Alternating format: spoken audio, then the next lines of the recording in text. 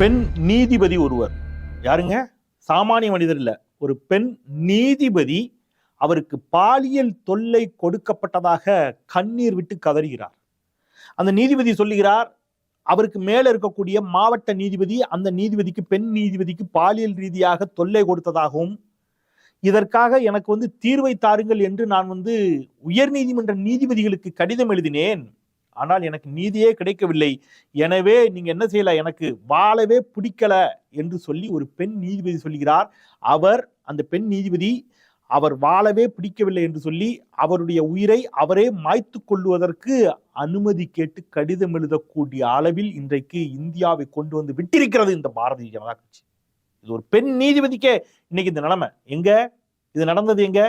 உத்தரப்பிரதேசத்தில் யோகி ஆதித்யநாத் ஆட்சியில். இது ஒரு பக்கம். இப்படி ஒரு கொடூரம் அரங்கேறி கொண்டிருக்கிறது. ஒரு பெண் நீதிபதிக்கே பாதுகாப்பு இல்லை அப்படிங்கிற